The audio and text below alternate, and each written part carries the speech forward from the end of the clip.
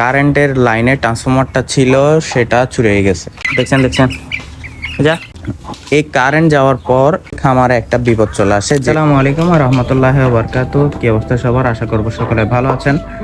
বিগত কয়েকদিন ধরে আপনাদেরকে ভিডিও দিতে পারি নাই, আমাদের খামারের আপডেটগুলো দিতে পারি নাই। তার কারণটা হচ্ছে আমাদের যে কারেন্টের লাইনে ট্রান্সফরমারটা ছিল সেটা চুরি হয়ে গেছে। হ্যাঁ, ঠিকই শুনেছেন আপনারা।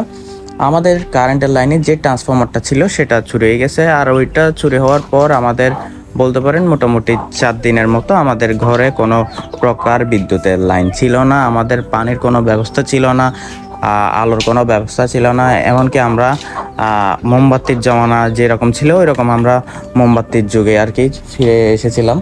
তো ঘরের মধ্যে আলোর মাধ্যম হিসাবে আমরা কিন্তু মোমবাতি ব্যবহার করেছিলাম আর কি। তো যাক, সেটা ব্যাপার না। আর আপনারা তো দেখতেছেন আমাদের দেশি মুরগির বাচ্চা যেগুলো সেগুলো আলহামদুলিল্লাহ মোটামুটি ওইগুলো বলতে পারেন মোটামুটি বাচ্চাগুলো এখন প্রস্তুত, যারা যেগুলো নিজেরা খেতে পারে, নিজেরা মানে সব কিছু করতে পারে আর কি, যেগুলো নিয়ে মোটামুটি কোনো টেনশন থাকে না এই সাইজের হওয়ার পর। এবার আসি আজকে একটা ব্যাড নিউজ, সেটা হচ্ছে এই কারেন্ট যাওয়ার পর আমাদের হচ্ছে খামারে একটা বিপদ চলে আসে, যেটা হচ্ছে এই যে আমাদের দেখেন দেশি মুরগির বাচ্চা টোটাল 9টা ছিল। তো যেগুলো মোটামুটি দেখতেছেন সাইজ তো আপনারা দেখে বুঝতে পারতেছেন কতটুকু হয়েছে। তো যখন আমাদের হচ্ছে কারেন্ট ছিল না বা ট্রান্সফরমার ছিল না, আমাদের হচ্ছে ক্যামেরা বন্ধ ছিল, আমাদের হচ্ছে লাইট ছিল না, তো বলতে পারতেছেন মোটামুটি কারেন্ট না থাকলে কী অবস্থা হয়।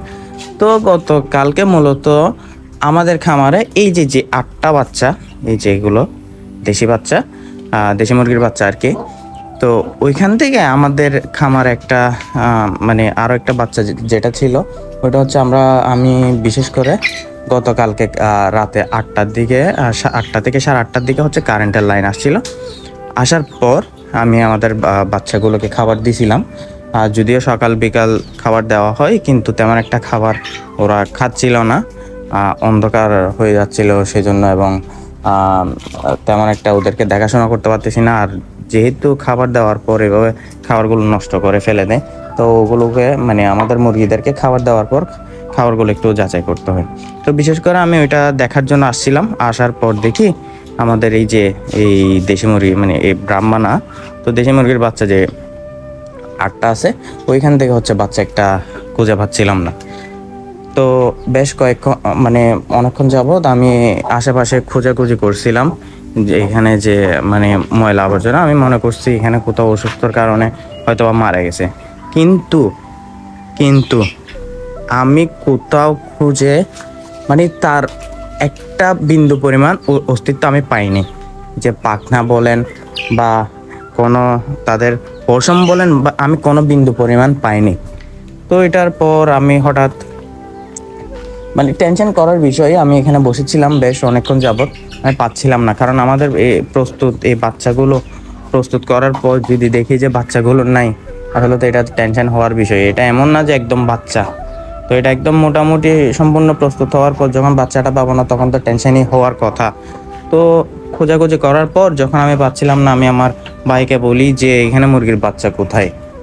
তো আমরা হচ্ছে গত পরশুদিন রাতে খামারে আসছিলাম একটু চেক দেওয়ার জন্য, তখন হচ্ছে একদম অন্ধকার। তো এই জায়গায় হচ্ছে একটা কালো বিড়াল দেখছিলাম, একদম কালো বিড়াল, এটা আশেপাশে থাকে। তো সব কিছু যাচাই বাছাই করার পর যতটুকু বুঝতে পারলাম যে না, এটা ওই কালো বিড়ালেরই কাজ। তো আসলে এই ট্রান্সফরমার চুরি হয়ে গেল। পরবর্তীতে ওই ট্রান্সফরমার আনার জন্য বেশ দৌড়াদৌড়িও হইলো, হয়রানিও হইলাম, আমরা কারেন্টও পাইলাম না। এর পরবর্তীতে 4 দিনের মাথায় কারেন্ট পাওয়ার পর যখন দেখি যে আমাদের আসলে মুরগির বাচ্চা চুরি হয়ে যায়, বিষয়টা তো চুরি না মানে গায়েব হয়ে যায়, বিষয়টা তো মানানসই না। আরেকটা বিপদ আসছে, সেটা হচ্ছে আমাদের দেশি মুরগির বাচ্চা বের করছিল, ওইটা এখানে ছিল, এটার পাশেই ছিল, দেখেছি ওইটার বাচ্চাও নাই। তো এখন এটা হচ্ছে সম্পূর্ণ বাচ্চা ছাড়া, মানে বলতে পারেন বিপদের উপর বিপদ আসছিল। এখন একটু চেকের উপর রাখছি, তো সবসময় হচ্ছে এগুলো চেকের উপরই থাকবে। তো যদিও আমাদের প্রস্তুত যে বাচ্চাটা গেছে ওইটা তো আর পাবো না, কিন্তু বাকি যেগুলো আছে ওইগুলোকে একটু ভালোভাবে পর্যবেক্ষণে রাখতে হবে যাতে পরবর্তীতে কোনো বিপদ না আসে। আর আলহামদুলিল্লাহ তারপরও সব কিছুর জন্য। আর এই যে আমাদের আসিল মুরগি, এটা খুব শীঘ্রই ডিম দিয়ে আমরা তাতে বসার ব্যবস্থা করব, এবং পাশাপাশি ওই যে এখানে আরেকটা কালো মুরগি আছে ওইটাও প্রস্তুত হচ্ছে। এখানে একটা জিনিস সবচেয়ে বেশি খারাপ লাগতেছে যে এই মুরগির একটা বাচ্চাও আমরা রাখতে পারি না, ওটা বন্ধ করে রাখছি। কারণ বন্ধ করে রাখার কারণটা হচ্ছে এখানে বাচ্চা যেগুলো আছে ছাড়ার পরে এগুলো সবগুলোকে হচ্ছে কামড়াচ্ছে, না খাবার খাইতে দিচ্ছে না হাঁটাহাঁটি করতে দিচ্ছে, মানে বিন্দু পরিমাণে দেখলেই হচ্ছে কামড়। তো দেখতেছেন বাচ্চাগুলো কি সুন্দর পায়ে পায়ে থাকে এবং ডাকলে হচ্ছে চলে আসে। তো দিন শেষে একটাই পাওয়া, নিজের পালা বাচ্চা মুরগি এবং যাবতীয় সব কিছুই যখন আমরা ডাকবো, যখন আমাদের কাছে আসে, তখন হচ্ছে এটা আসলে ভালো একটা ভালো লাগা কাজ করে। এই যে এটা হচ্ছে সবসময় পায়ে পায়ে থাকে, দেখেন এই যে দেখতেছে, এই যে দেখছেন দেখছেন। যাক, তো আজকের ভিডিও এটাই ছিল। এই দুষ্টমি করিও না, দুষ্টমি করিও না। দেখছেন দেখছেন দেখছেন, যা যা, দুষ্টমি করতেছে এরা।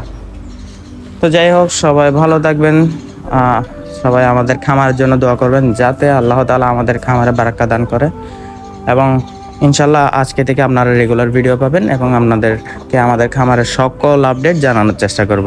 সবাই ভালো থাকবেন, সুস্থ থাকবেন। আসসালামু আলাইকুম।